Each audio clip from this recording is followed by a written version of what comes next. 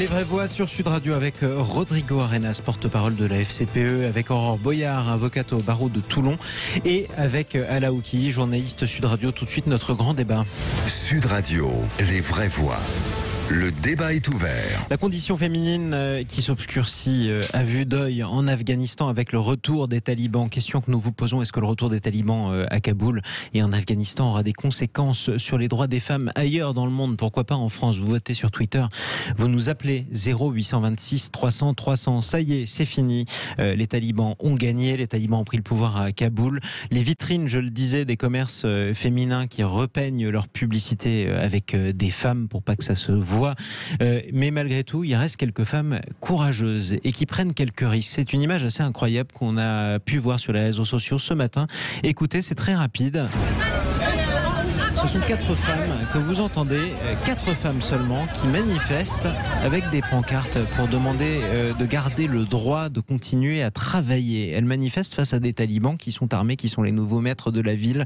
Est-ce qu'elles pourront le faire indéfiniment sans être embastillées ou alors sans être exécutées? C'est la question qu'on est en droit de se poser. On accueille notre invité, Reza Jafari. Bonsoir à vous. Bonsoir. Et soyez le bienvenu sur Sud Radio. Vous êtes né en Afghanistan, vous êtes en France, vous êtes français, vous êtes le président de l'association Enfants d'Afghanistan et d'ailleurs. À brûle pour point, d'abord cette question que nous nous posons. La condition des droits des femmes, la situation des droits des femmes en Afghanistan. Est-ce que le retour des talibans aura des conséquences aussi sur les droits des femmes ailleurs et jusqu'ici, et si oui, lesquelles? Alors oui, bien sûr, ça a déjà commencé en Afghanistan dans pas mal de provinces et pas mal de districts. Les talibans sont encore un petit peu tolérants dans la capitale, puisque aujourd'hui, avec le départ d'Ashraf Ghani et comme le président Ashraf Ghani, il n'a pas démissionné, il n'a pas signé sa démission, il n'a pas fait de passation de pouvoir. Et du coup, aujourd'hui, les talibans cherchent à se rendre légitimes. Mais c'est pour ça que les femmes ont droit encore d'être sur les réseaux sociaux, de manifester éventuellement. Alors ça, je ne sais pas si c'est une démonstration des talibans de demander à quelques femmes de manifester pour montrer propagande. Oui, et sinon, ces femmes sont vraiment très très courageuses parce que les talibans, ce qu'ils font aujourd'hui, ils essayent de repérer, ils essayent d'identifier les personnes qui sont contre les talibans. Et une fois que la communauté internationale se retire, on sait que le 31 août, les Américains vont probablement partir. Mais il faut savoir que dans pas mal de zones, hier soir, on a reçu des images d'une zone reculée de province de Daikundi. Ils ont commencé à faire des porte-à-porte, fouiller chez les gens, arrêter les gens et aussi dans les villages à aller marier les filles de 12 ans aux talibans. Et même ce soir même, mariés de force, bien sûr. Soldats, et ce soir même, là, j'étais encore au téléphone parce que j'ai une trentaine de jeunes filles qu'on essaye de les faire venir en France. J'ai encore 3 qui sont à l'aéroport et ils me disent que quand la nuit tombe, les talibans arrivent et les talibans vérifient les anciens soldats, les anciens militaires, les anciens généraux. Les talibans les arrêtent dans la nuit quand il n'y a pas de caméra, quand il n'y a rien. Même à Kaboul, ça a déjà commencé. Donc, qui sont ces jeunes filles, sont ces jeunes filles, Reza, s'il vous plaît? Alors, ces jeunes filles, pour la plupart, c'est des journalistes. Mais on a aussi, dans les jeunes filles, on a des policières, on a des interprètes qui ont travaillé avec des Américains, qui malheureusement, les Américains les ont abandonnés aujourd'hui. Ça veut dire qu'elles sont toutes identifiées comme ayant pu travailler ou collaborer avec les forces occidentales et qu'elles sont en danger? Oui, bien sûr. Elles sont toutes identifiées. Comme je vous ai dit tout à l'heure, pour l'instant, les talibans, ce qu'ils font, les talibans avaient annoncé que la guerre est terminée et que tout le monde est pardonné. Et que les gens peuvent venir chercher des lettres des pardons. En fait, ces lettres des pardons, ça leur sert puisque sur ces lettres de pardon, ils notent aussi l'adresse de la personne. Voilà, donnez-nous votre fonction. Ils écrivent la fonction. Pour vous, c'est un piège. Avec l'adresse, bien sûr, c'est les adresses. Mais hier, je me suis entretenu avec l'ambassadeur d'Afghanistan en France. Il connaît très bien les talibans puisqu'il était chef de province de Kandahar, d'où ça a commencé le mouvement des talibans. Et pour lui, ce qu'ils font les talibans aujourd'hui, c'est vraiment tout était déjà planifié et qu'il connaît comment... et il sait comment ça va se terminer. Aujourd'hui, les porte-paroles des talibans disent les femmes auront le droit d'aller à l'école. Les femmes devront porter le voile, mais pas forcément la burqa, mais malgré tout, le tout dans le respect, disent-ils, des principes islamiques. En tout cas, de la manière dont ils les voient eux-mêmes. Ça veut dire quoi pour vous ? Alors là, c'est que des annonces. Hein. C'est que pour attirer l'attention de la communauté internationale.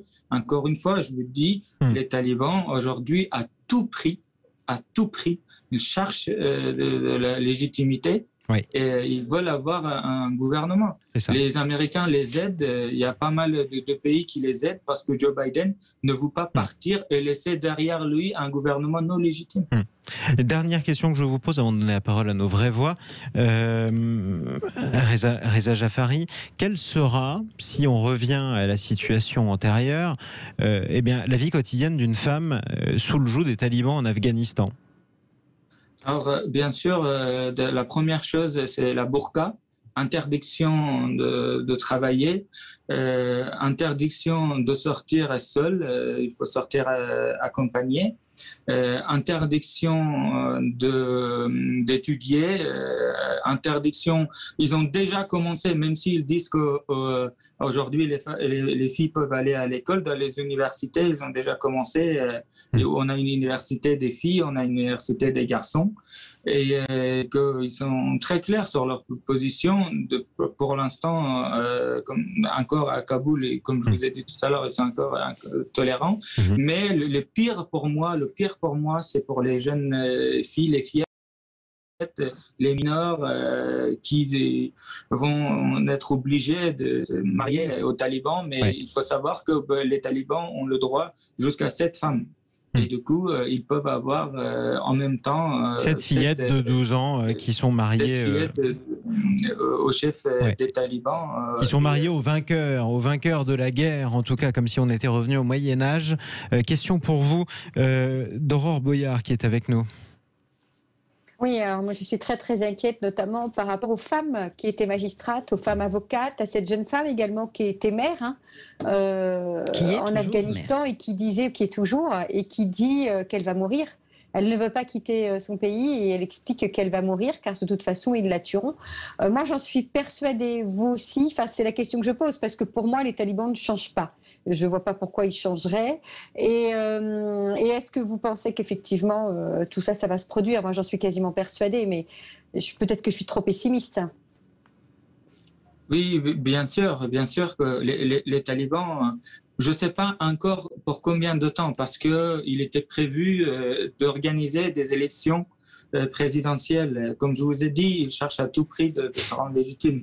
Et ils vont faire aussi une sorte d'assemblée nationale qui va être constituée des chefs de guerre, des anciens moudjahidines, des barbes blanches. Les barbes blanches qui sont les anciens ou les personnes vues comme des sages ou comme des responsables religieux. Oui, bien sûr. Et ensuite, mais il faut savoir une autre chose, qu'aujourd'hui, l'administration afghane, c'est pas l'administration de 2001. À l'époque, il y avait juste quelques bureaux, quelques cahiers, quelques stylos. Et pas grand-chose. Oui, mais aujourd'hui, on a des ministères, on a des vraies administrations. Des fonctionnaires. Les talibans, des fonctionnaires, les talibans ne peuvent pas gérer tout ça. Et que c'est pour ça qu'ils demandent au peuple aujourd'hui de revenir, de revenir à leur poste, de continuer le travail et que de pouvoir identifier tous ceux aussi qui pourraient les aider à faire tourner cette machine qu'ils ne connaissent plus. Question pour vous de Rodrigo Arenas. Non, mais en fait, La France, elle a signé une convention qui s'appelle la Convention internationale des droits de l'enfant, qui garantit à un enfant, qu'il soit homme ou fille d'ailleurs, mais je pense qu'il y aura un effort supplémentaire à faire sur les jeunes filles notamment, pour qu'ils soient scolarisés. Dans quelle mesure est-ce que la France peut accueillir ces enfants, donc avec leurs parents, dans la mesure où on s'attend, comme dans tout exil fuyant une guerre, fuyant des persécutions, à une arrivée massive par des réseaux qui sont illégaux pour le coup en France. Comment est-ce qu'on peut aider par rapport à ça? Moi, je suis porte-parole d'une fédération de parents. On est tout à fait disposé à accompagner ce mouvement-là, mais surtout, nous ne sommes pas l'État, heureusement d'ailleurs, c'est une association. Comment est-ce que l'État peut contribuer à accueillir ces enfants? Je pense notamment à la chance que ça peut être pour notre pays. J'étais il y a quelques semaines dans la Creuse, par exemple, on fermait une classe précisément parce qu'il n'y avait pas assez d'enfants. Comment est-ce qu'on peut ici, non pas utiliser d'un point de vue utilitaire, mais contribuer d'un point de vue d'un élan de solidarité et de fraternité pour permettre à ces familles de venir dans notre pays et d'apprendre à vivre ensemble. Je rappelle quand même qu'il y a eu plus de 800 000 Syriens qui sont arrivés en Allemagne. Il y a un sondage dernièrement qui a été fait, des Syriens qui fuyaient la guerre, pour être clair, et que pour la très très grande majorité d'entre eux, ils sont extrêmement satisfaits d'habiter en Allemagne. Donc il n'y a pas ce clivage qu'on veut entretenir. Donc comment est-ce qu'on peut contribuer à cette solidarité en se focalisant sur les premières victimes de la guerre, vous l'avez dit, les femmes, mais les enfants. Comment les aider et que faire? Reza Jafari. Merci beaucoup pour cette question qui me touche beaucoup. Je suis président de l'association d'enfants d'Afghanistan et d'ailleurs, j'ai travaillé pendant longtemps avec des enfants en Afghanistan. Juste derrière moi, ici, on le voit à l'image parce que vous êtes aussi en direct sur Facebook Live sur Sud Radio. Alors, j'ai la photo d'une jeune fille qui a gagné le prix de meilleure élève. Elle vient d'une région, d'une des zones les plus reculées d'Afghanistan. Elle a gagné beaucoup de prix. Aujourd'hui, elle étudie grâce à tous les prix qu'elle a gagnés. Elle étudie en Inde. Elle n'est plus en Afghanistan. Elle est partie l'année dernière. Mais beaucoup d'autres jeunes filles, malheureusement, n'ont pas cette chance. Aujourd'hui, ce qu'on demande, ce qu'on peut faire, puisque les talibans cherchent la légitimité et essayent de communiquer avec la communauté internationale, essayent de communiquer avec l'Europe. Ce qu'on peut faire aujourd'hui, demander aux talibans d'ouvrir des couloirs humanitaires parce que les frontières sont contrôlées par les talibans. Le Tadjikistan a déjà annoncé et qu'ils acceptent d'ouvrir un camp de réfugiés au Tadjikistan. À la frontière. On peut aussi demander au Pakistan et à l'Iran d'ouvrir des camps de réfugiés et demander aux talibans d'ouvrir les couloirs humanitaires vers les frontières pour que les familles qui savent partir et qu'ils les laissent partir. Et ensuite, une fois dans les camps de réfugiés, on peut s'organiser avec l'ONU, avec l'Europe pour aller examiner leurs demandes d'asile depuis ces camps de réfugiés. Question que j'ai à vous poser parce qu'elle est importante quand même, Reza Jafari. Qui peut ou qui doit rester en Afghanistan aujourd'hui? Parce que si on imagine aussi qu'on ouvre la frontière et que normalement au moins la moitié de la population est en danger, c'est-à-dire la population féminine, qui peut encore rester sous le joug des talibans? Alors, l'Afghanistan est un pays musulman et une partie des Afghans soutiennent ce mouvement et qui veulent rester et vivre avec les talibans. Mais une bonne partie des Afghans ne veulent pas. Et que s'ils veulent partir et s'ils veulent trouver la liberté ailleurs, accueillons-les et soyons la loi de la liberté. Soyons honnêtes avec nos déclarations. On est dans le pays de droits de l'homme et il faut respecter cette déclaration. Sinon, ça ne sert à rien et il faut le supprimer. Aurore Boyard en direct sur Sud Radio avec nous, avec les vraies voix. À moins que j'ai un problème de liaison. Si, je vous entends. Non, c'est bon. Peut-être une intervention, justement. Je sais que vous êtes extrêmement mobilisé contre les violences faites aux femmes en France, pour le coup. Alors, qu'est-ce qu'on pourrait faire, justement, pour aider celles qui sont en danger ailleurs? Déjà, d'une part, c'est les héberger. elles arrivent à sortir, c'est les héberger. Je sais qu'il y a beaucoup d'associations qui s'organisent justement pour pouvoir exfiltrer toutes ces femmes et pour qu'on puisse les accueillir sur le territoire français. Tous les avocats de France sont mobilisés aussi par rapport à la question du droit d'asile. Ça veut dire que les avocats de France vont aider justement tous ces réfugiés pour obtenir un droit d'asile en France, puisque c'est un pays en guerre, que ce soit bien clair, que la France a signé pas uniquement la Convention relative aux droits de l'enfant, mais de toute façon toutes les conventions internationales de protection des droits de l'homme et des femmes. Donc les avocats véritablement s'investissent. Le souci qu'on a en France aussi, c'est le délai de traitement de ces demandes de droit d'asile. Donc là aussi, ça va être aux préfectures, ça va être à l'État français d'accélérer. Quand on sait que sur une demande d'asile, notamment à Toulon, ça prend des mois, c'est 6, 8, 10 mois déjà, rien que pour avoir un récépissé comme quoi vous avez bien déposé votre demande. Donc il va falloir accélérer tout ça. En France, c'est ce qu'on va devoir faire.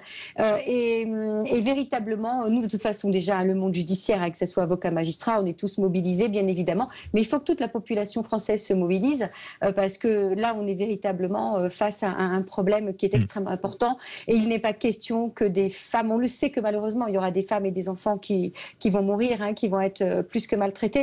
Mais c'est toutes les personnes que l'on peut sauver, toutes les femmes et les enfants que l'on peut sauver, il faut le faire, je veux dire, même si c'est énorme. Et ça pose une autre question, justement, qui est important de vous poser, Reza Jaffari. Hier, c'est chez nos confrères d'un autre journal, Didier Lesky s'était exprimé. Il est le directeur de l'Office français de l'immigration et de l'intégration, l'OFII. Il expliquait que de notre expérience depuis plusieurs années, en général, les Afghans, souvent qui arrivaient en France, étaient des Afghans qui ne parlaient ni anglais ni français. Et que ceux d'ailleurs qui parlent français sont très rares. Et qu'en général, un Afghan qui a fait des études ne choisissait pas la France quand il quittait l'Afghanistan, précisément parce qu'il a la barrière de la langue et qu'il parle plus volontiers anglais. Est-ce que c'est votre expérience à vous ou pas du tout ? Non, pas du tout. Moi, personnellement, quand je suis arrivé en France, j'ai été... même si j'ai dormi quelques jours sous le pont, mais ensuite j'ai été bien accueilli et j'ai choisi, j'ai voulu rester en France. Mais juste pour vous dire que aujourd'hui, la jeune génération qui fouillait l'Afghanistan, c'est vrai que c'était là pour la plupart, c'était des illettrés. Et j'explique à chaque fois, aujourd'hui, quand vous allez dans les grandes villes, même dans les endroits reculés, comme je vous ai dit tout à l'heure, Chokria était dans les plus motivés restent en Afghanistan. Ils faisaient des études et qu'ils voulaient construire le pays et qu'ils rêvaient d'un meilleur avenir, d'un bel avenir pour leur pays. Mais aujourd'hui, ils se trouvent obligés de partir. Et c'est pas par plaisir, mais si on accueille la nouvelle génération afghane qui est éduquée et qui est instruite, et vous allez voir, pour la plupart, on parle plusieurs langues. Comme beaucoup d'ailleurs de générations d'autres pays, effectivement. Restez avec nous en tout cas. Reza Jaffari, quelles conséquences le retour des talibans justement pour les droits des femmes, même ailleurs dans le monde? Ça, c'est la question qu'on va se poser dans un tout petit instant. Restez avec nous sur Sud Radio, vous nous appelez 0826 300 300, à tout de suite. C'est Vraie Voix Sud Radio avec notre grand débat en compagnie de Rodrigo Arenas, d'Ala Oukili, d'Aurore Boyard. Le retour des talibans aura-t-il des conséquences pour les droits des femmes ailleurs dans le monde? On en parle avec notre invité Reza Jaffari, président de l'association Enfants d'Afghanistan et d'ailleurs. Question pour vous justement, d'Ala Oukili, les conséquences pour les droits des femmes ailleurs. Est-ce que les talibans peuvent faire des émules dans d'autres pays ? Oui, alors justement, le problème qui se pose pour moi et ce que je pense qu'il est vivement à craindre, c'est que les talibans qui ont quand même passé une bonne partie de leur temps jusqu'à installer leur bureau politique à Doha, à Doha au Qatar, se soient imprégnés justement de la capitale des frères musulmans pour comprendre ou plutôt apprendre à appliquer ce que l'on appelle la taqiyya. Et je m'explique. Nous avons plusieurs partis islamistes qui ont accédé au pouvoir dans des pays arabes du Moyen-Orient ou de l'Afrique du Nord, comme Ennahda pour ne citer que en Tunisie, et qui ont parfaitement compris qu'il fallait plaire quand même à l'Occident, et donc décidé de prendre plusieurs femmes députées voilées qui étaient là pour représenter la gente féminine, mais qui n'avaient ni le droit à la parole, ni aucun pouvoir exécutif ou décisionnaire.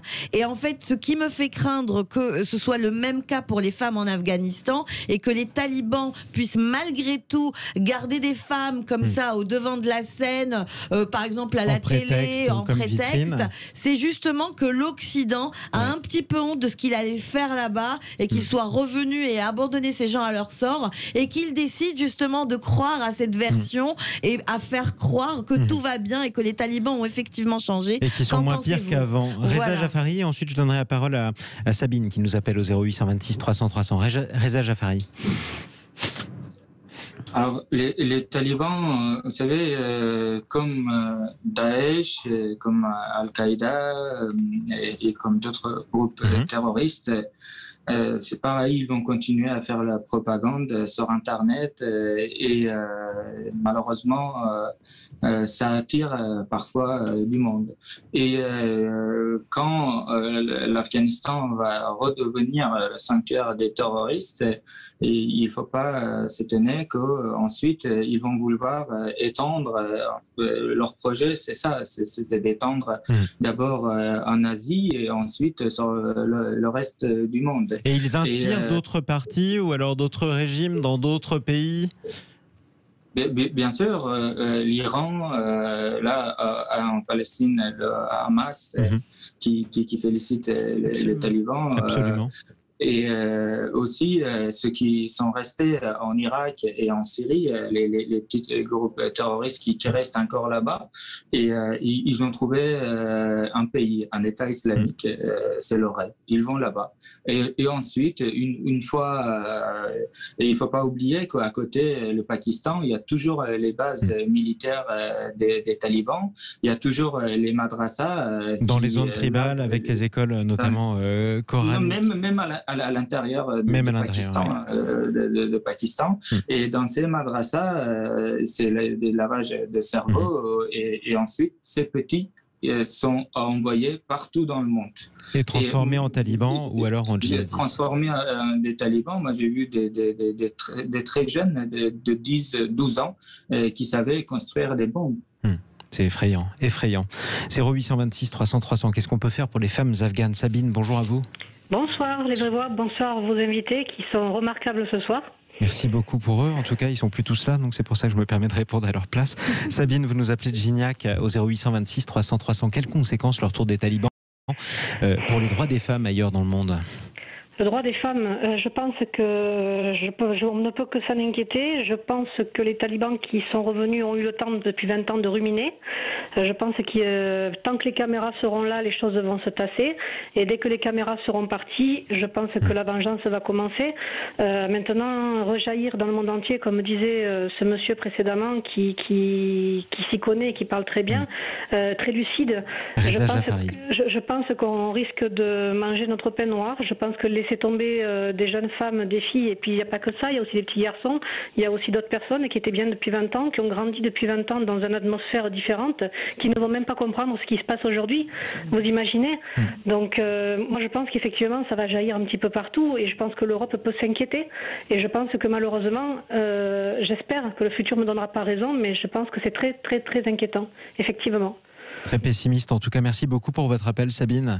Merci à vous, belle soirée. Sabine. Merci. Du côté de Gignac, vous nous rappelez quand vous voulez au 0826 300 300. Pessimisme à tous les étages. Aurore Boyard, vous confirmez? Oui, bien sûr. Moi, ma crainte, c'est la reprise de toute façon du terrorisme en France et dans l'Europe. Véritablement, je le crains beaucoup. On avait assisté il y a quelques années à une conférence avec Marc Trévidic et avec l'auteur du livre Les Revenants. Marc Trévidic, ancien juge antiterroriste. Tout à fait, qui nous expliquait que de toutes les manières, ils ne changeront pas. Ils sont formatés comme ça, ils ne changeront pas. Et donc là, avec une prise en décompte, ils ont pris un pays et ils vont gouverner complètement un pays aujourd'hui. Moi, je crains aussi pour nous, de toute façon, bien sûr. Il faut qu'on soit armés, il faut qu'on fasse front. véritablement dans la solidarité. Et armé comment, justement? Comment on s'arme pour faire face, Reza Jafari, à cette idéologie mortifère qui a repris le pouvoir en Afghanistan? Des va-nu-pieds en claquette. Alors, d'abord, il faut arrêter de discuter avec les talibans. Aujourd'hui, on a la Chine, on a la Russie, on a d'autres pays qui discutent, qui négocient avec les talibans, qui rendent légitime ce gouvernement. Ce gouvernement n'est pas légitime. Ce groupe, c'est un groupe terroriste. Il faut que la communauté internationale, il faut que le monde entier reconnaisse ça. Il faut qu'ils sachent qu'on a en face un groupe de terroristes et qu'ils vont en aucun cas changer. Alors, je peux me faire aussi l'avocat du diable, en tout cas de Joe Biden, Reza Jafari, c'est-à-dire que ce groupe, on lui a fait la guerre pendant 20 ans. Pendant 20 ans, et ça n'a pas servi à grand-chose, et ça n'a même pas empêché de revenir. Donc, qu'est-ce qu'on fait? Qu'est-ce qui peut marcher, qui n'a pas marché avec la guerre? Comme je vous ai dit, de ne pas reconnaître ce gouvernement, il y a le fils de commandant Massoud qui a formé une alliance dans le Nord qui va résister. Et il y a le vice-président afghan qui se trouve toujours en Afghanistan, qui est dans le nord d'Afghanistan. Maintenant, il faut discuter avec lui. Il ne faut pas créer un gouvernement en parallèle. Il faut pas un gouvernement en parallèle, c'est les talibans. Et il faut soutenir le vice-président qui s'appelle Amrullah Saleh, qui est avec le fils de commandant Massoud dans le nord. Et le peuple afghan, ça je peux vous l'assurer, va se réveiller et le peuple afghan va défendre ses valeurs. Et vous avez vu même avant, il y a quelques jours, il y a eu une petite manifestation, mais vous avez vu sans doute ces images que des mères, des femmes qui sont sorties avec des armes. Les images ont fait le tour du monde entier. Quand les talibans, il y a quelques semaines, ont commencé à attaquer, tout le monde est prêt à faire sortir ce pays. Si les talibans ont réussi à faire tomber le pays aussi rapidement, il y avait derrière le Pakistan, il y avait derrière les États-Unis, l'armée afghane était empoisonnée. Il y avait tous les jours des journaux qui parlaient, des journaux américains qui disaient dans un mois le gouvernement va tomber, dans 2 semaines le gouvernement va tomber. C'était dans quelques heures. Et c'était dans quelques heures. Dans quelques heures. Pour une armée, c'est ravageur. C'est le poison. C'est ravageur. Surtout quand le président de la République finit en plus par s'envoler pour quitter le pays. Juste un mot de Rodrigo Arenas qui voulait prendre la parole. En fait, c'est un problème complexe de géopolitique qui est en train de se poser. C'est-à-dire quel va être le parti des Occidentaux, enfin de l'Europe pour être clair, parce que ça ne se résume pas à l'Occident, le monde. Non. Vous avez parlé de la Chine et de la Russie à l'instant, c'est pas l'Occident. C'est-à-dire quelle coalition internationale va défendre. Moi, je suis la génération qui s'est battue contre l'apartheid. Le peuple aussi, il a une façon de réagir. C'est-à-dire que comment est-ce qu'on va agir collectivement pour contrer un régime qui manifestement ne convient pas au droit international et aux droits de l'homme. Et ensuite, une question transcendante aussi, qui concerne un peu la France, c'est comment on va s'attaquer au trafic, parce qu'une partie des stupéfiants qui sont consommés dans notre pays viennent d'Afghanistan. Justement, la consommation d'opiacés, la production d'opiacés, 10 secondes à la Oukili. Alors moi, je voudrais juste finir sur un message d'espoir en vous disant que l'ambassade de France, qui est encore la seule ambassade encore ouverte à Kaboul, s'est transformée du jour au lendemain, c'est-à-dire cette nuit, en camp de déplacés internes, grâce à l'ambassadeur de France en Afghanistan, David Martinon, qui est toujours sur place, et à tous les diplomates français qui ont fait preuve de beaucoup de courage et d'héroïsme pour aider leurs alliés. Parce que le capitaine est toujours le dernier à quitter le navire. Merci beaucoup pour votre témoignage, Reza Jafari. Merci d'avoir pris la parole ce soir sur Sud Radio, président de l'association Enfants d'Afghanistan. Et d'ailleurs, on espère que vous arriverez à rapatrier tous ces enfants dont vous parlez, ces jeunes filles. Notamment, merci à nos vraies voix. On est à sa disposition à la FCPE. Du jour. Et puis, on vous mettra en contact avec la FCPE de Rodrigo Arenas, qu'on remercie d'être intervenu ce soir, tout comme Aurore Boyard. Tenez bon, Aurore Boyard, vous qui êtes à côté des flammes, je le rappelle, vous êtes avocate au barreau de Toulon, dans le Var. Restez sur Sud Radio, les amis. La soirée continue. On retrouve les routes de l'été dans quelques instants. C'est avec Vincent Ferrand.